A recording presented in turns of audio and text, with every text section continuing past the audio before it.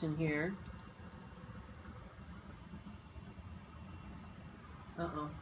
When we first started, I could not do that. The door's in the way of the ankle. There, I moved. Because my knees would just like snap back. I couldn't like extend them.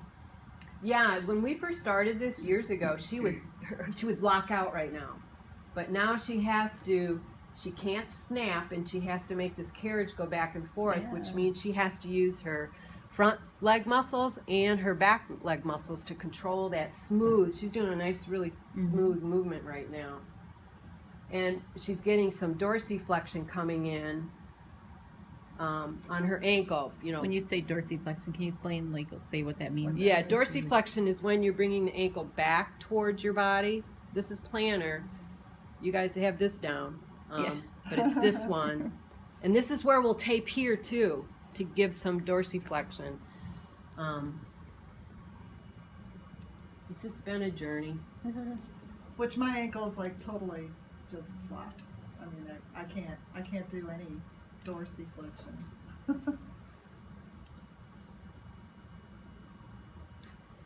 Oh, this has become a little magic thing in the last few sessions. This is now underneath her pelvis. If I go back, which I should not have had you wear black, but if I go back to the last one we just did, which is this movement as well, you can see was a little archy. By putting this under her hips, it's forcing her into a flat back, and she felt so much more grounded in the back of her leg as we were moving. And in my core. Yes, yeah, and in her stomach muscles too. Okay, so that's that one. Okay, now we're going to do hamstrings here.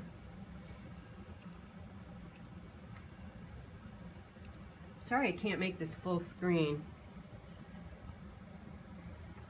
I could, but it cut it off. So now we're working her butt muscles, her glute muscles, by having her bring that spring down, which weighs, I don't know, Lynn's springs. That's a yellow spring, maybe 25 pounds of assist. Of your me pushing it down, resistance. but then it also helps bringing it up. Yeah. The up, Laura doesn't have problems with, though. It's the down to work the back of your leg.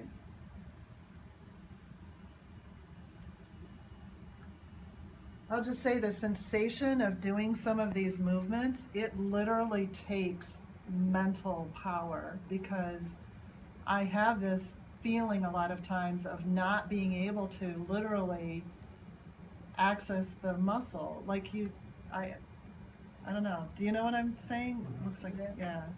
So it's like a mental exercise of finding that movement. Which, that's, I don't know, I should back up here a little bit. Have you heard of Pilates? Mm-hmm. Okay.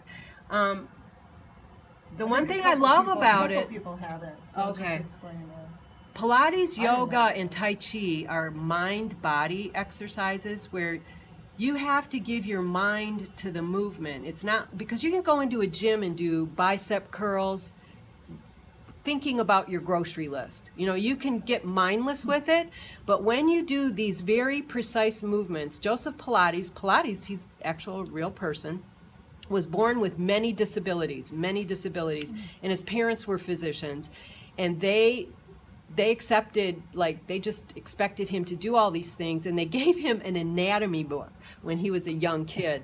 But he would study this book, and then he would go out in the woods and study animals and their movements, and developed all these movement patterns using all the movements, all the flexion, extension, rotation, side bending, using every extremity, every movement within a workout. And so you're stretching and strengthening your muscles against yourself. And that's what I think Laura, why it triggered me with Laura going, I have to concentrate, but his movements are very targeted for certain muscles in a certain given exercise. So now we're into pulleys here. She had springs earlier. Now this is a pulley system. We're still going after hamstrings though, and she still has the wedge.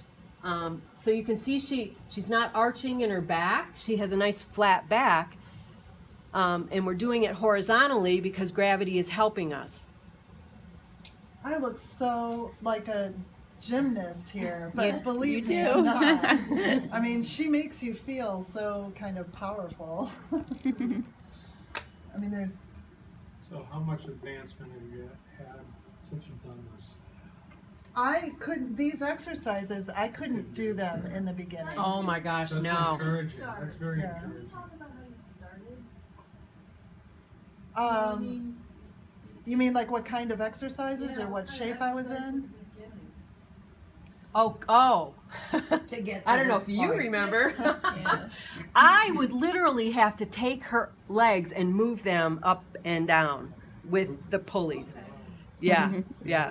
Did you keep her knees straight and stuff too? No, she could, well, she locks them. She would lock them. It would be keeping them You bent. advanced quite a bit. Yeah, and oh, yet it's yeah, not- yeah. And yet it's not measurable. That's I actually have old movie. I mean, I didn't have time to pull it all out, but at some point I can bring up the old movie to compare.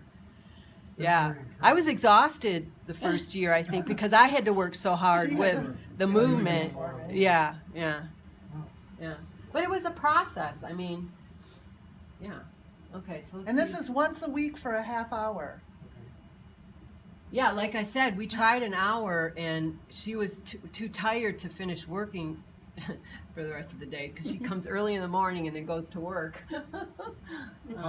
When did you start doing this?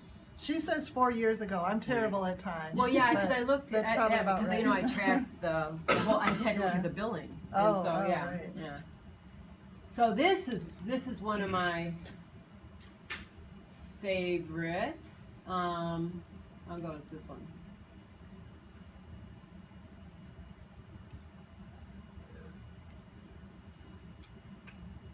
Okay, earlier, the very first one I showed was with the yellow ball. She was doing a half roll back. That gets you in touch with your front belly muscles. This one is a whole roll down. She has the sling around her upper torso. Can you see it? Okay. And you can see sunlight under my back. So she's arching now because those darn those springs are pulling her up. So she's not looking how I would like her to look, except that when she comes up, she has to pull against the sling to come up, and then she's activating the muscles. So she's actually doing better than, yeah, I didn't want to show this archiness. Because the we're trying front- to get away from that, but yeah, but it's But you got the awesome. front Yeah, going part. yeah. So those are some of the movements that we do with the machinery. Laura also does a home program with a ring, and I'll show you a couple movies because this is the stuff I wanted to do with you today, and we can play with it. We can think about it, maybe talk about it, or, you know. But Laura does a home program, which I think, you know, is another thing, is what might be help keeping her going. Now we're in the upper body. This is a ring that we have learned to appreciate because it can help assist the movement. It can help, we just want slight activation of a certain muscle. She's using her obliques right now. So she, even pressing in this ring, and we have some down the hall. I can have everybody play with them. Where you're activating in between your shoulder blades at the same time that you're working your abdominal muscles. So you want to keep those rhomboids, you want to keep those muscles in between your shoulder blades firing. And then speaking of firing, let's see. There we go. And Lynette is often like feeling my muscles and checking to see, am I activating, you know, whatever the muscle is that we're trying to get going. And so you've got that feedback. I've got that feedback from her. This is that inner thigh muscle that you were alluding to. I would start there with you to see if you could squeeze that ring together. And this also activates your lower abdominal muscles, which helps get that lordotic curve.